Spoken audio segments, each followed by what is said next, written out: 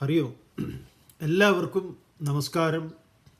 ഭഗവത്ഗീത ജ്ഞാനയജ്ഞത്തിലേക്ക് ഏവരെയും സഹർഷം സ്വാഗതം ചെയ്യുന്നു. കഴിഞ്ഞ 50 ദിവസങ്ങൾ, ഇന്ന് 51ാമത്തെ ദിവസമാണ്.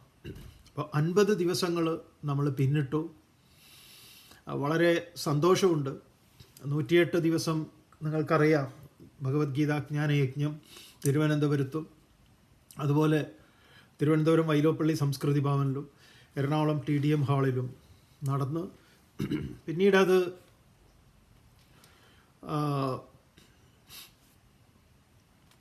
ദുബായ്, അബുദാബി ഇങ്ങനെയുള്ള കോൺസുലേറ്റുകളിൽ ഈ ജ്ഞാനയജ്ഞം ഇപ്പം നടക്കുന്നതിൽ നമുക്ക് അങ്ങേയറ്റത്തെ സന്തോഷവും അതുപോലെ നന്ദിയും കടപ്പാടും ഒക്കെ ഒരുപാട് പേരോട് പറയാനുണ്ട്. നമുക്ക് തോന്നുന്നത്, ആദ്യം നമ്മളിതിന് നന്ദി പറയുന്നത് നമ്മുടെ ആധുനിക ശാസ്ത്രലോകത്തിൽ അതിൻ്റെ ശാസ്ത്രകാരന്മാരോടാണ്. കാരണം ഇന്ന് നമ്മൾ നിങ്ങളുമായിട്ട് ഇതൊരു തുടർച്ചയായിട്ടിത് കൊണ്ടുപോകുന്നതിന് ശാസ്ത്ര സാങ്കേതിക വിദ്യയിൽ നമ്മൾ കൈവരിച്ച നേട്ടത്തിൻ്റെ ഒരു ഫലവും കൂടിയായിട്ടാണ്. കാരണം അക്കാലത്ത് തന്നെ, അന്ന് 2005 ഏപ്രിൽ 14 വിഷു ദിവസമാണ് നമ്മൾ ദൂരദർശനിൽ ഇത് ഒരു നാഷണൽ നെറ്റ്വർക്ക് എന്നുള്ള നിലയിൽ നമ്മുടെ ഈ ഗീതാജ്ഞാനയജ്ഞം നടക്കുന്നത്. അന്ന് ഒരുപാട് പേര് അതിനെ എതിർത്തിരുന്നു. അന്ന് നമ്മൾ ചിന്മയ മിഷനില്ല, ഈവൻ ചിന്മയ മിഷനിലുള്ള ആളുകൾ തന്നെ, സീനിയർ ആചാര്യന്മാരും പലരും ഇത് ഇങ്ങനെ നടത്തേണ്ടുന്നതല്ല, ഇതിങ്ങനെ ഈ TV സീരിയൽ അത് ഇതൊക്കെ പോലെയല്ല. ഗീത കേൾക്കാൻ താല്പര്യമുള്ളവർ യജ്ഞശാലയിൽ വരണം, അവിടെ വന്നിരുന്ന് കേൾക്കണം, അതാണ് അതിൻ്റെ രീതി. ഇതൊന്ന് ഇങ്ങനെയൊക്കെ നമ്മളിത് ചെയ്യുമ്പോൾ അതിൻ്റെ വില തീരെ കുറഞ്ഞു പോവുകയാണ് എന്ന് പറഞ്ഞുള്ള അഭിപ്രായങ്ങളുണ്ടായിരുന്നു അക്കാലത്ത് എന്ന് പറഞ്ഞാൽ ഇത് 2005 കഥയെ പറയണം. ചുരുക്കി പറഞ്ഞാൽ ആ ദൂരദർശൻ പ്രോഗ്രാം നിർത്താൻ വേണ്ടി കേസ് വരെ ഉണ്ടായി. ഹൈക്കോടതിയിൽ ഒരു കേസ് ഉണ്ടായിരുന്നു. ആ കേസിൽ നമ്മൾ ജയിച്ചു. ആ കേസിൻ്റെ വിശദാംശങ്ങളിലേക്കൊന്നും നമ്മളിപ്പോൾ കടക്കുന്നില്ല. ചുരുക്കി പറഞ്ഞാൽ അതിന് വലിയ തടസ്സങ്ങളായിരുന്നു. ഇന്നിപ്പോൾ നിങ്ങൾക്കറിയാം, ഈ പല എതിർത്ത സ്വാമിമാർ വരെ TV ഒക്കെ പ്രഭാഷണങ്ങൾ നടത്തുന്നുണ്ട്. യൂട്യൂബ് വന്ന കാലത്ത്, യൂട്യൂബ് പ്രചാരത്തിൽ ഇറങ്ങിയപ്പം നിങ്ങൾക്ക് നമ്മുടെ യൂട്യൂബ് നോക്കിയാൽ കാണാം എത്ര വർഷം പഴക്കമുണ്ട്, ഈ അക്കൗണ്ട് എത്ര വർഷം പഴക്കമുള്ളതാണെന്ന്. അപ്പോൾ അത് നോക്കിയാൽ മനസ്സിലാവും. വേറെ ഏത് സ്പിരിച്വൽ ഓർഗനൈസേഷൻ്റെ യൂട്യൂബ് നിങ്ങൾ നോക്കിക്കോളൂ. അപ്പോൾ ഈ ആധുനിക സാങ്കേതിക വിദ്യയെ ജനങ്ങൾക്ക് അതിനെ ആധ്യാത്മികതയെ അറിയാൻ ഉപയോഗപ്പെടുത്തുക എന്നുള്ളത് നമുക്കൊരു ബോധ്യമുള്ള ഒരു കാര്യമായിരുന്നു. കാരണം ഇതാണ് നമ്മളിത് ഉപയോഗിക്കുന്നുണ്ടോ എന്നുള്ളതാണ്. പലപ്പോഴും നമ്മുടെ ആളുകൾ ഈ ആത്മീയതയും ഭൗതികതയും രണ്ടും രണ്ടായിട്ട് കരുതി, ഇപ്പം കാറ്, വീട്, ഈ പറഞ്ഞ പോലെ അമേരിക്ക, വിമാനം, എയർപോർട്ട്, ഇതെല്ലാം തന്നെ ഭൗതികതയുടെ പാരമ്യമായിട്ടാണ് പലരും കാണുക. ഇന്ന് ആത്മീയത എന്ന് പറഞ്ഞാലോ, ആശ്രമം, കുറേ താടി, വലിയ വൃത്തിയൊന്നും ഉണ്ടാവരുത്, അടുത്തേക്ക് വരുമ്പോൾ തന്നെ മണക്കണം, ഇങ്ങനെ നടക്കണം, കിലോമീറ്ററുകൾ നടക്കണം. നോക്കൂ, വാസ്തവത്തിൽ നമുക്കിതിൻ്റെ ചരിത്രം അറിയാനായിട്ടാണ്. ഇവിടെ ആരും വീടില്ലാതെ താമസിച്ചിരുന്ന കാലത്ത് പർണശാല ഉണ്ടാക്കിയവരാരാന്ന് ചോദിച്ചാൽ സന്യാസിമാരാണ്. ലോകത്തിൽ ആദ്യം ചെരുപ്പിട്ട് നടക്കാൻ തുടങ്ങിയത് ആരാന്ന് ചോദിച്ചാൽ സന്യാസിമാരായിരിക്കും. അവർ മരം കൊണ്ട് മെതിയടി ഉണ്ടാക്കി നടന്ന ആൾക്കാരാണ്. വാട്ടർ ബോട്ടിൽ കയ്യിൽ കരുതിയവരാണ്. വാട്ടർ ബോട്ടിലിൽ നിന്ന് നമുക്ക് ഇന്നത്തെ ഭാഷയിൽ പറയാം കമണ്ടലു. അപ്പം ഇങ്ങനെയുള്ള എല്ലാറ്റിൻ്റെയും എഴുതാൻ ഭൂർജപത്രം ഉണ്ടാക്കി അതിൽ എഴുതാൻ തുടങ്ങിയത്, നമുക്ക് നടക്കാൻ, സഞ്ചരിക്കാൻ തുടങ്ങിയത്, സന്യാസിമാരുടെ ജീവിതം എടുത്തു കഴിഞ്ഞാൽ അവർ ദേശാടനം നടത്തുകയും സാധ്യതകളെ മുഴുവൻ ആവിഷ്കരിച്ചവരാണ്. ഒരു ഒരു ഒരു ഗുഹയ്ക്കകത്ത് ഇങ്ങനെ ഇരുന്നവരല്ല. പക്ഷെ നമ്മൾ ആധുനിക സമൂഹത്തിലെ ചിലർ ആഗ്രഹിക്കുന്ന അവരെ ഏതെങ്കിലും ഒരു ഗുഹയ്ക്കകത്ത് കൊണ്ടുപോയി ഇരുത്തുക എന്നുള്ളതാണ്. അപ്പോൾ പഠിച്ച ധർമ്മശാസ്ത്രത്തിൻ്റെ വെളിച്ചത്തിൽ നിങ്ങളോട് പറയട്ടെ, നിങ്ങൾക്ക് വീട്ടിൽ ഇരുന്നിട്ടും ഏത് ചിന്മയാൻ സ്വാമികളും വിവേകാനന്ദ സ്വാമികളും ഒക്കെ പറയണത്, ഏത് ചന്തപ്പറമ്പിലും നിങ്ങൾക്ക് സന്യാസിയായി ജീവിക്കാം. അതിന് വസ്ത്രവും ഈ മാലയും പിന്നെ ഈ പറഞ്ഞ പോലെ താടിയും എന്തെങ്കിലും ഒരു ഗഡബഡാനന്ദ എന്ന് പറഞ്ഞ ഒരു പേരോ അതിൻ്റെയൊന്നും ആവശ്യമില്ല. അതൊന്നുമല്ല ഇത് പറയുന്നത്. നമ്മളെ പോലുള്ളവർ ഇതിൻ്റെ ഒരു പ്രചാരകന്മാരെന്ന നിലയിലാണ് അതിൻ്റേതായിട്ടുള്ള ഒരു സമ്പ്രദായത്തിൽ ഇതൊക്കെ സ്വീകരിച്ചിരിക്കുന്നത്. ഇതിങ്ങനെയുള്ളവർക്ക് മാത്രം കണ്ടെത്താവുന്നതാണ് എന്നൊരു അഭിപ്രായമേ ധർമ്മശാസ്ത്രം പറയുന്നില്ല, വിവരമുള്ള ആചാര്യന്മാരാരും അത് പറയുകയില്ല. അല്ലാത്തവർ പലതും പറയും. നമ്മുടെ നാട്ടിലിപ്പോൾ നടക്കുന്ന ഓരോരോ കോപ്രാട്ടികൾ കണ്ടിട്ടില്ലേ?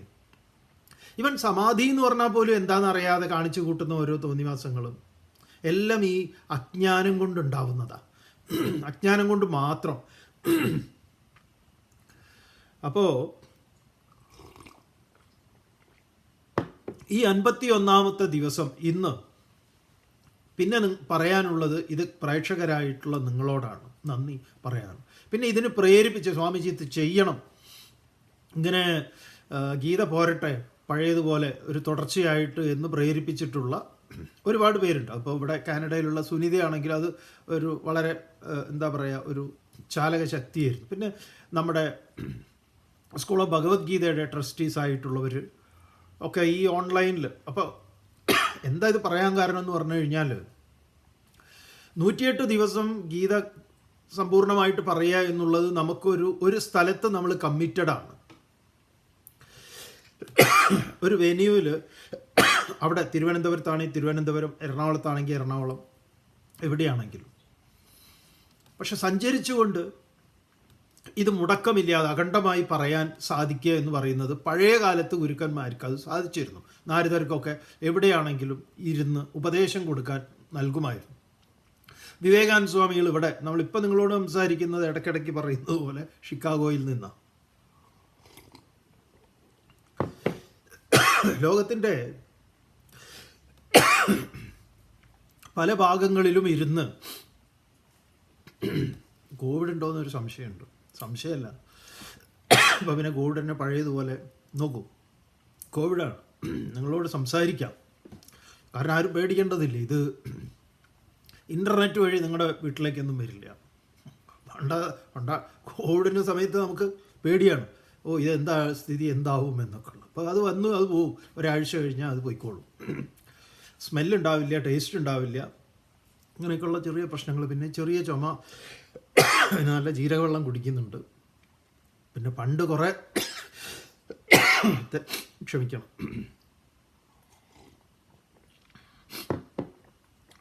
അപ്പോൾ പറഞ്ഞു വന്നത്,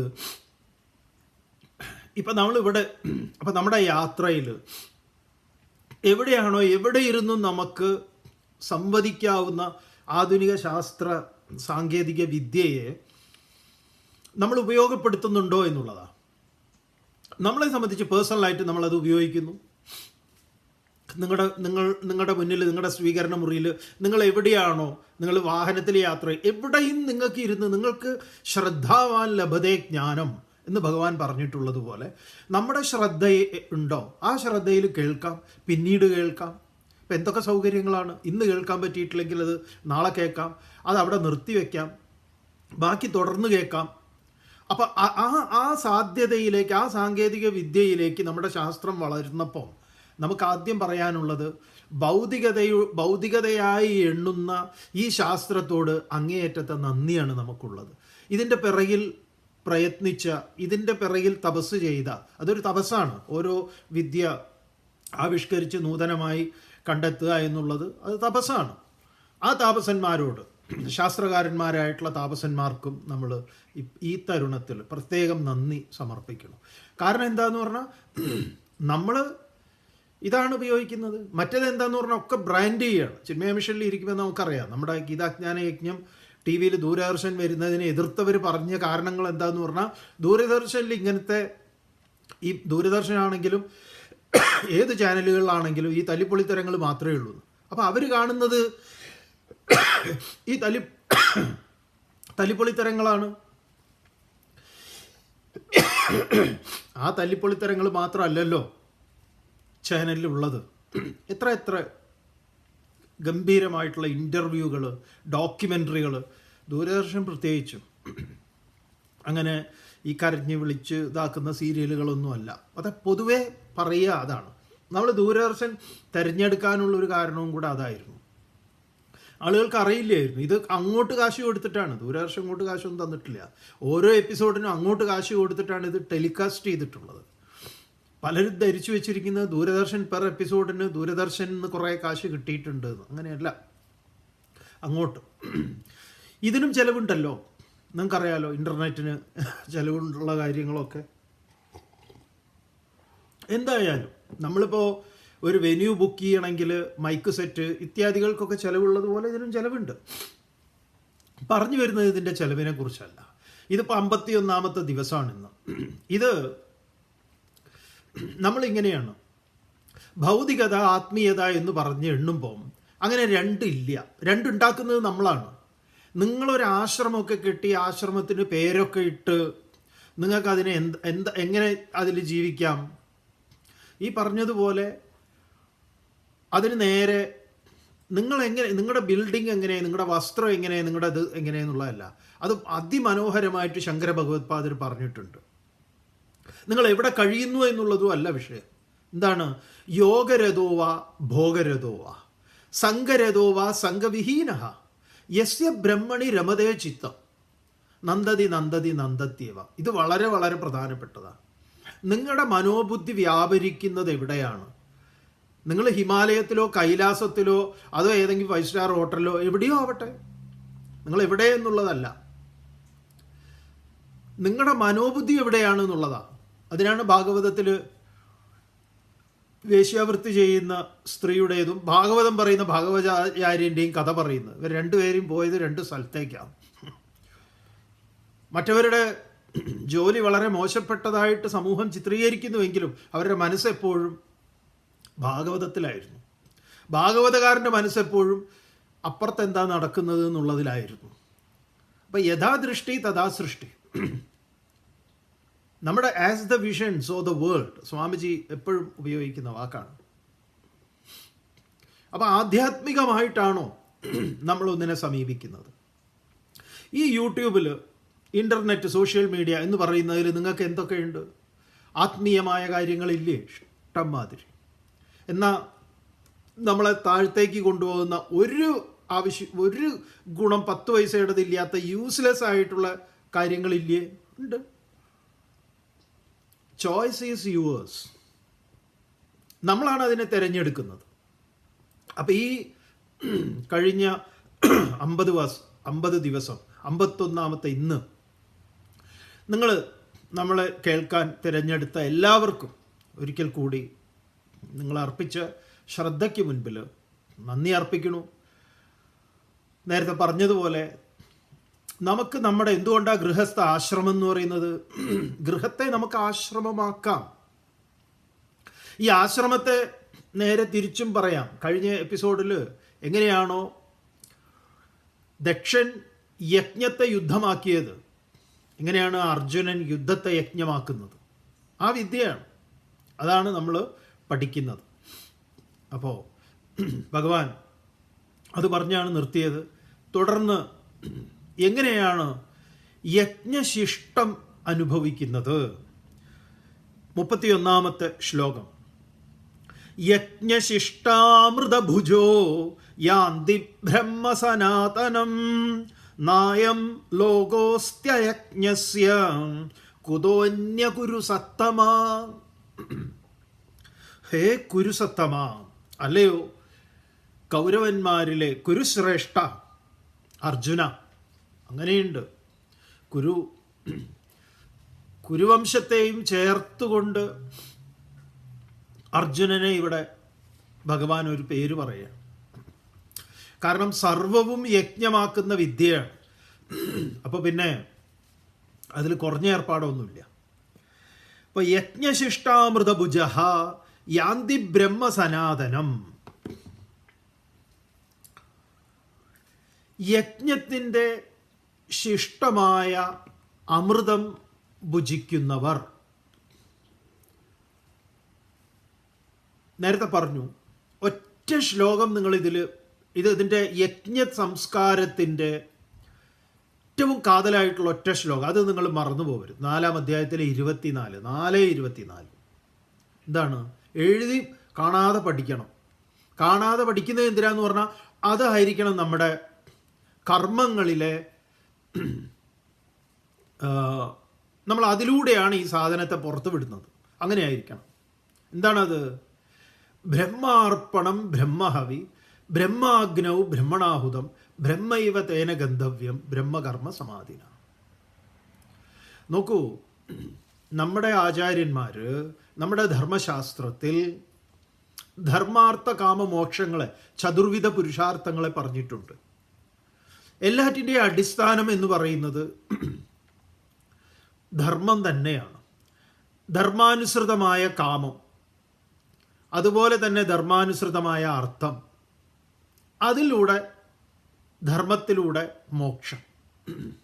അപ്പോൾ നമ്മുടെ എല്ലാ കർമ്മങ്ങളെയും അവർ യജ്ഞമായിട്ട് ആചാര്യന്മാർ പറഞ്ഞിട്ടുണ്ട്.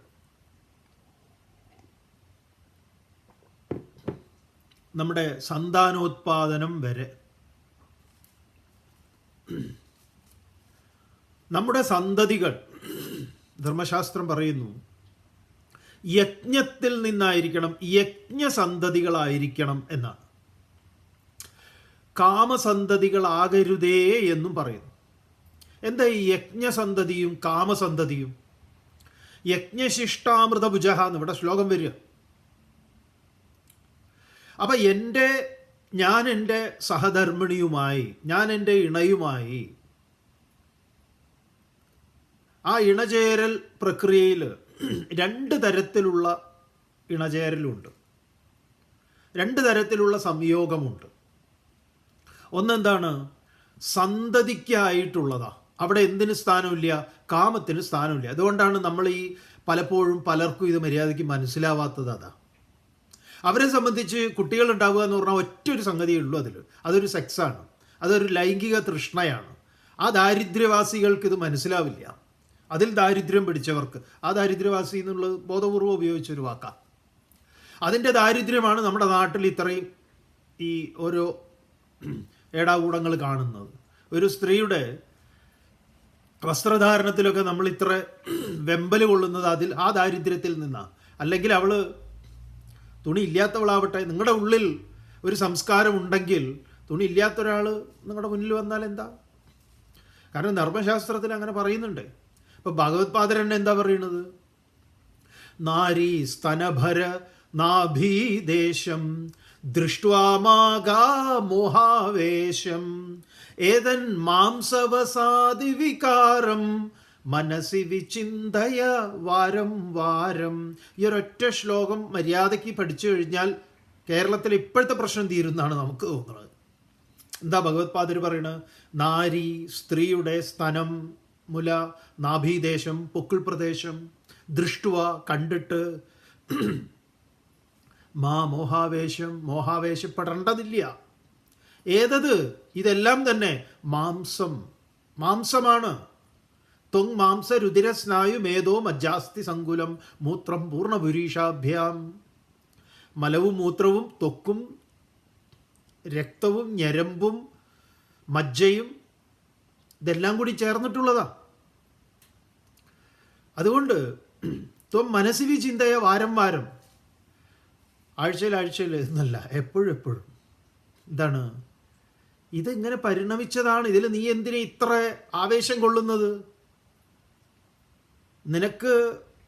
നിനക്കതിനൊരു സ്ഥാനവും സമയവും സന്ദർഭങ്ങളും ഒക്കെ ഉണ്ട്. അത് ഇതിനനുയോജ്യമായിട്ടുള്ളത്. എല്ലാറ്റിലേക്കും ഈ കാമാതുരനായിട്ടുള്ള കണ്ണുകളെ കൊണ്ട് നോക്കരുത് എന്ന് നമ്മളെ പഠിപ്പിക്കുന്നുണ്ട്.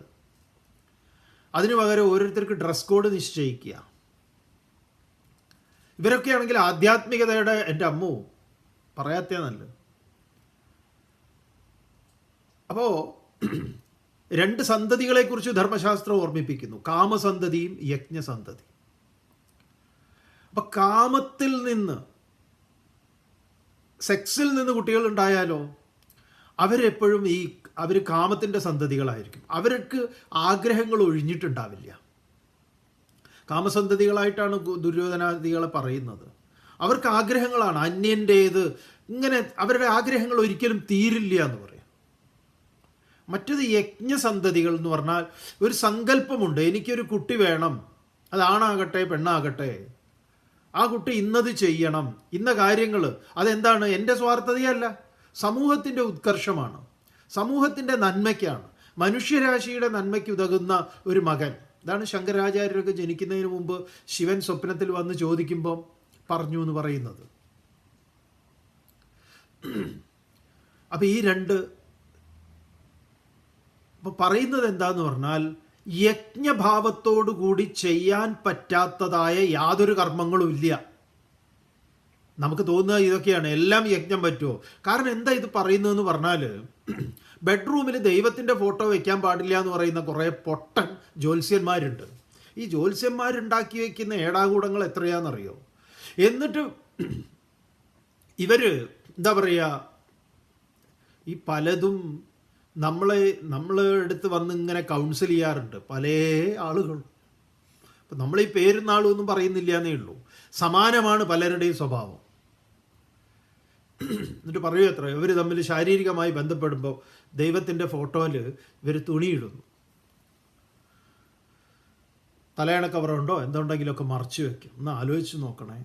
അപ്പം നിങ്ങൾ ഈശ്വരനെ കാണുന്നത് എങ്ങനെയാണ്? കേവലം ഒരു ഫോട്ടോയിൽ ഇരുന്നിട്ട് അതാ ശിവകാശിയിൽ നിന്ന് അച്ചടിച്ച് വെച്ചതാ, അതിലൂടെ എങ്ങനെ ദൈവം ഇത് കണ്ട് ആസ്വദിക്കുന്നു എന്നോ, അല്ലെങ്കിൽ ദൈവം ഇതൊന്നും കാണണ്ട എന്നോ? നിങ്ങൾ എന്താണ് ദൈവത്തിൽ നിന്ന് മറയ്ക്കാൻ ശ്രമിക്കുന്നത്? നിങ്ങൾക്ക് എങ്ങനെയാണ് ഈശ്വരന് മറയുണ്ടാക്കാൻ സാധിക്കുക? അത് തന്നെ വലിയ മണ്ടത്തരമല്ലേ? നിങ്ങൾ ഗുരുവായൂർ അമ്പലത്തിൽ പോയിട്ടുണ്ടെങ്കിൽ എപ്പോഴും നമ്മൾ നമ്മുടെ പ്രഭാഷണങ്ങളിൽ സൂചിപ്പിക്കാറുള്ളതാണ്, പഴയ പ്രഭാഷണങ്ങളൊക്കെ എടുത്തു നോക്കിയാൽ കാണാം. ആ അമ്പലം പ്രദക്ഷിണം ചെയ്ത് ഇങ്ങനെ വരുമ്പം ഓവുചാലിൻ്റെ അവിടുന്ന് നടക്കുക എന്ന് പറഞ്ഞിട്ട് അവിടുന്ന് തള്ളി മാറ്റാൻ ആളുണ്ടാവും. നിങ്ങൾക്ക് പൂർണ്ണമായിട്ട് പ്രദക്ഷിണം വെക്കാൻ പറ്റില്ല. അപ്പോൾ അവിടുന്ന് ഇങ്ങനെ ഗണപതി അത് തൊഴുത് കഴിഞ്ഞ് ഇങ്ങനെ വന്നു കഴിഞ്ഞാൽ ഓവുചാലിൻ്റെ അവിടെ എത്തുമ്പോൾ അവിടുന്ന് ആ പുറത്തു കൂടെ അങ്ങോട്ടേക്ക്, ആ ഡോറിലൂടെ അങ്ങോട്ടേക്ക് പുറത്തേക്ക് ഇറങ്ങണം. അപ്പോൾ നിങ്ങൾ ഇനി പോകുമ്പോൾ ആ ഓവുചാലിൻ്റെ അവിടെ നിന്നിട്ട് ആ ഓവുചാലിൻ്റെ അവിടെയുള്ള ചുമർചിത്രം എന്താണെന്ന് നോക്കൂ. ഒരു സ്ത്രീ പ്രസവിക്കുന്നതാ. ആരാണത്? കൃഷ്ണനെ പ്രസവിക്കുന്ന സീനാ. നല്ല പൂർണ്ണ നഗ്ന ശരീരത്തോട് കൂടിയിട്ടാണ്. ഇനിയിപ്പോൾ ഇത് കേട്ടിട്ട് ഇനി അത് അവിടുന്ന് മായ്ക്കണം എന്നൊക്കെ പറഞ്ഞിട്ട് സമരമൊന്നും ഉണ്ടാക്കണ്ട. ഖജുരാഹോ ക്ഷേത്രങ്ങൾ കണ്ടാൽ നിങ്ങൾ തല കറങ്ങി വീണുപോകും. അപ്പം ഈ സംസ്കാരമില്ലാത്തവൻ ഇതൊക്കെ കാണുക എന്ന് പറയുന്ന, ഒരു വസ്ത്രമുള്ളവരെ കാണലും വസ്ത്രം ഇല്ലാത്തവരെ കാണലും ഒക്കെ പ്രശ്നം തന്നെയാണ്. ഈ സംസ്കാരം ഇല്ലെങ്കിൽ നിങ്ങൾക്ക് എങ്ങനെ മൂടി പതിച്ച് കണ്ടു കഴിഞ്ഞാലും പ്രശ്നം തന്നെയാണ്. നിങ്ങളിൽ എന്തോ പ്രശ്നമുണ്ട്. അവിടെയാണ് നമ്മുടെ ഈ യജ്ഞ സംസ്കാരത്തിനുണ്ടാകുന്ന ഏറ്റവും വലിയ യജ്ഞ സംസ്കാരം. എന്തിനെന്ന് ചോദിച്ചു കഴിഞ്ഞാൽ, ഇന്നത്തെ ആധുനിക സമൂഹത്തിന് യജ്ഞ സംസ്കാരം അടിയന്തരമായിട്ടുള്ള ഒന്നാണ്. ഇതൊരു ഇഞ്ചക്ഷൻ പോലെ കയറ്റി വയ്ക്കാൻ പറ്റുന്നതല്ല, വാക്സിനേഷൻ പോലെ. ഇതൊരു വാക്സിനേഷൻ ആയിരിക്കണം. അപ്പം എല്ലാ കർമ്മങ്ങളും എന്താണ്? യജ്ഞമാണ്. യജ്ഞമായി ചെയ്യാൻ പറ്റാത്തതായ യാതൊരു കർമ്മവുമില്ല. അതിനാണ് professor G Balakrishnan Nair sir പറയുന്ന പല്ല് തേക്കൽ വരെ എല്ലാം. അവിടേക്ക് നിങ്ങൾ സ്വീകരിക്കേണ്ടുന്ന മന്ത്രം ഏതാണ്? അതൊരു മന്ത്രമായിട്ട് സ്വീകരിക്കാം. ബ്രഹ്മാർപ്പണം ബ്രഹ്മഹവി ബ്രഹ്മാഗ്നൗ ബ്രഹ്മണാഹുതം ബ്രഹ്മൈവ തേന ഗന്തവ്യം ബ്രഹ്മകർമ്മ സമാധിന.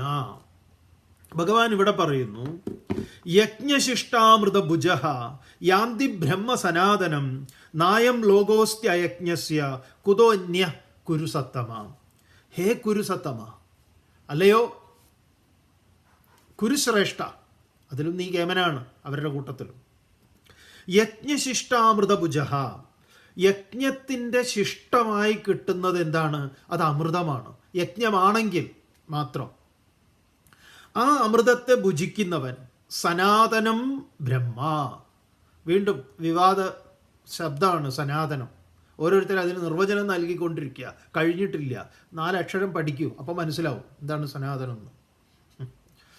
സനാതനം ബ്രഹ്മ, ഈ സനാതനമായ നിത്യമായ അഴിവില്ലാത്ത മുറിവില്ലാത്ത ഒരിക്കലും നശിക്കാത്ത, ബാക്കി നിങ്ങൾ ഉണ്ടാക്കുന്ന നിയമാവലികളൊക്കെ നശിക്കുന്നതാണ്. ഒരു കോടതിയുടെ ഓർഡർ കൊണ്ട് നശിക്കും, ഇത് അങ്ങനെയല്ല, അത് കോടതിയുടെ ഓർഡർ കൊണ്ട് നശിക്കുന്നതല്ല. സനാതനം ബ്രഹ്മ, ബ്രഹ്മത്തിൻ്റെ നിർവചനമാണ് സനാതനം. അതിൻ്റെ മുകളിൽ ആരെന്തു പറഞ്ഞിട്ടും കാര്യമില്ല. കാരണം ഇവിടെ ധർമ്മശാസ്ത്രം പഠിക്കാത്തതിൻ്റെ നിങ്ങളുടെ കുഴപ്പമാണ്. സനാതനം ബ്രഹ്മയാന്തി, ആ നിത്യമായ ബ്രഹ്മത്തെ പ്രാപിക്കുന്നു. അപ്പം അവൻ അതിലാണ്, നിത്യതയിലാണ്. അവൻ ഈ ഏറ്റക്കുറച്ചിലുകളിലല്ല. അവൻ എന്തുണ്ടാക്കുന്നില്ല, അവൻ എണ്ണുന്നില്ല ഭൗതികമെന്നും ആത്മീയമെന്നും. അവനെ സംബന്ധിച്ച് ബ്രഹ്മം മാത്രമേ ഉള്ളൂ. അതാണ് സമം ഹി ബ്രഹ്മ എന്ന് പറഞ്ഞത്. ബ്രഹ്മത്തിൻ്റെ നിർവചനം, സമം എന്നുള്ളത് ബ്രഹ്മത്തിൻ്റെ നിർവചനമാണ്. അവൻ അവിടെ പ്രാപിക്കുന്നു, അതിനെ പ്രാപിക്കുന്നു. ഹേ കുരുസത്തമ അർജുന, അയജ്ഞസ്യ, ഇങ്ങനെ യജ്ഞമില്ലാത്തവന്, അയം ലോക, ഈ ലോകമില്ല, പിന്നെയാണോ അന്യകുതഹ അസ്തി, വേറെ ഏത് ലോകം? അപ്പം ഭഗവാൻ അതാണ് നമുക്ക് കാണിച്ചു തന്നിട്ടുള്ളത്. ഗോവർദ്ധനോദ്ധാരണം, ഗോവർദ്ധനം എന്ന് പറഞ്ഞ പർവ്വതത്തെ ചൂണ്ടിക്കാണിച്ചിട്ട് പറഞ്ഞു, ഇതിനെയാണ് നമ്മൾ സേവിക്കേണ്ടത്. നിങ്ങൾ ഏത് ഇന്ദ്രനെയാണ് പൂജിക്കുന്നത്? നിങ്ങൾ ആരെങ്കിലും ഇന്ദ്രനെ കണ്ടിട്ടുണ്ടോ? തൊട്ടടുത്ത് നിൽക്കുന്ന ഈശ്വരൻ, ഈശ്വരൻ്റെ ഭൂമി രാപവും നലോ വായു ഇതൊക്കെ വരാൻ പോവുകയാണ് ഇതിൽ. അപ്പം അതിനെ അതാണ് കാളിയമർദ്ദനാവട്ടെ, ഗോവർദ്ധനോദ്ധാരണമാകട്ടെ, എന്താ ചെയ്തത്? ഇതിനെ പൂജിക്കൂ. അപ്പോൾ അവിടെ വിളിച്ചുകൂട്ടി, എല്ലാവരെയും വിളിച്ചുകൂട്ടി ഒരു ഗംഭീര പ്രസംഗം അങ്ങോട്ട് നടത്തി. നമ്മൾക്ക് പശുക്കൾക്ക് പുല്ല് തരുന്നത് ആരാണ്? നമ്മളെ സുരക്ഷിതമായി എന്താ പറയുക, ഒരു വലിയൊരു കവചം പോലെ തീർത്ത് ഈ വലിയ പർവ്വതമല്ലേ, ഈ മഹാപർവ്വതമല്ലേ ഗിരിരാജൻ. ഗോവർദ്ധനത്തിന് അങ്ങനെ ഒരു പേരുണ്ട്, ഈ ഗോവർദ്ധനമല്ലേ. അതുകൊണ്ട് നിങ്ങൾ ഇതിനെയാണ് പൂജിക്കേണ്ടത്. ഇതിനെ പൂജിക്കുക എന്ന് പറഞ്ഞാൽ ഇതിനെ പരിരക്ഷിക്കുക. അപ്പോൾ മറ്റേ ഇന്ദ്രന് പതിവായിട്ട് നടത്തുന്ന പരിപാടി നിർത്തി. അപ്പോഴാണ് ഇന്ദ്രൻ കോപിതനായിട്ട് അനാവൃഷ്ടി നടത്തിയത്. മഴ, വലിയ സുനാമിയൊക്കെ മുമ്പിലുണ്ടാക്കാൻ നോക്കി. അപ്പോൾ എല്ലാവർക്കും ഭയപ്പാടായി. അപ്പോൾ കൃഷ്ണൻ എന്ത് ചെയ്തു? ചെറുവിരലിൽ ഗോവർദ്ധനത്തെ എടുത്ത് ഉയർത്തി കുടയാക്കി അവരെ പിടിച്ചു. അപ്പോൾ നമ്മൾ യുക്തിവാദികൾ ചോദിക്കും, അതൊക്കെ നടക്കുന്ന കാര്യമാണോ? ബാക്കിയൊക്കെ യുക്തിവാദികൾക്ക് നടക്കുന്നതാണ്, ഇത് മാത്രം നടക്കില്ല. അപ്പം എങ്ങനെയാണ്? അതുപോലെ യാഗം ചെയ്യാൻ വേണ്ടിയിട്ട് അവർ ഹവിസുകളൊക്കെ തയ്യാറാക്കിക്കൊണ്ടിരിക്കുന്നിടത്തേക്ക് സാക്ഷാൽ ഭഗവാൻ ചെന്നു. അപ്പോൾ ഇവരെയൊക്കെ ബലരാമനെയും കൃഷ്ണനെയൊക്കെ അടിച്ച് ഓടിച്ചു പുരോഹിതന്മാർ. അവസാനം കൃഷ്ണൻ പറഞ്ഞു വിടുകയാണ് ഓരോരുത്തരെ. അവസാനം കൃഷ്ണൻ പറഞ്ഞു ഞാൻ വന്നിട്ടുണ്ട് എന്ന് പറ, എനിക്കാണെന്ന് പറ. നിങ്ങൾ ആരോടാ ചോദിച്ചത്? ഈ പുരോഹിതന്മാരോട്. അവരോട് ചോദിക്കരുത്, സ്ത്രീകളോട് ചോദിക്കും, അവരുടെ ഭാര്യമാരോട് ചോദിക്കും. അവരോട് പറയൂ ഞാൻ വന്നിട്ടുണ്ട്, ഇവിടെ ഭക്ഷണം വിശക്കുന്നുണ്ട്, ഞങ്ങൾക്കൊക്കെ ഭക്ഷണം തരാൻ. അപ്പോൾ അവരെന്ത് ചെയ്തു? ഈ ഉണ്ടാക്കി വെച്ചത് എല്ലാം കൂടെ എടുത്ത് അവരും ഓടി വന്ന് കൃഷ്ണന് കൊണ്ട് കൊടുക്കുകയാണ്. ഈ ശ്രീനാരായണ ഗുരുദേവൻ വെച്ചുന്ന ഒരു വീട്ടിൽ പോയപ്പോൾ മൂപ്പരുടെ ഫോട്ടോ വെച്ച് നേദിക്കുന്നു എന്ന് പറഞ്ഞ പോലെ. അപ്പം ഈ യജ്ഞത്തിൻ്റെ ശിഷ്ടം എന്ന് പറയുന്നത് എന്താണ്? ഇതാണ് ഒരു യജ്ഞ സംസ്കാരം. അത് വളരെ പരമപ്രധാനമായിട്ടുള്ള ഒന്നാണ്. അതാണ് ഭഗവാൻ പറയുക. എന്നിട്ട് അതിന് തുടർന്ന് പറയുകയാണ്, ഏവം ബഹുവിധാ യജ്ഞം വിദദാ ബ്രഹ്മണോ മുഖേ കർമ്മജാൻ വിദ്ധിതാൻ സർവാൻ ഏവം ജ്ഞാത്വാ വിമോക്ഷ്യസേ. ഈ ഏവം ബഹുവിധാ യജ്ഞാഃ വിദദാ ബ്രഹ്മണോ മുഖേ, ബ്രഹ്മണോ മുഖേ, ബ്രഹ്മാവിൻ്റെ മുഖത്ത് നിന്നാണ് അർജുന ഈ വൈവിധ്യങ്ങളായ എല്ലാ യജ്ഞങ്ങളും ആവിർഭൂതമായത്. ബ്രഹ്മാവിൻ്റെ മുഖത്ത് നിന്ന് വെറും ബ്രാഹ്മണം മാത്രമല്ല, അത് പഠിക്കാത്തതുകൊണ്ടാണ്. അതുകൊണ്ട് താൻ സർവാൻ കർമ്മജാൻ, ഇതെല്ലാം തന്നെ ഇതെല്ലാം കർമ്മജാൻ വിദ്ധി, കർമ്മങ്ങളിൽ നിന്നുണ്ടായതാണ് എന്നറിഞ്ഞ് ഏവം ജ്ഞാത്വാ വിമോക്ഷ്യസേ, ഇതറിഞ്ഞാൽ നീ മോചിതനാകും എന്ന്. അടുത്ത ശ്ലോകമുണ്ട്, അതിഗംഭീര ശ്ലോകം. ഇത് വെറുതെ ഇങ്ങനെ ശ്ലോകം എന്ന് പറയുന്നതല്ല, അതിഗംഭീര ശ്ലോകം. അതാണ് നമ്മൾ നാളെ ചർച്ച ചെയ്യുന്നത്. ഓം പൂർണ്ണമദഃ പൂർണ്ണമിദം പൂർണ്ണാത് പൂർണ്ണമുദച്യതേ പൂർണ്ണസ്യ പൂർണ്ണമാദായ പൂർണ്ണമേവാവശിഷ്യത്തെ. ഓം ശാന്തി ശാന്തി ശാന്തി.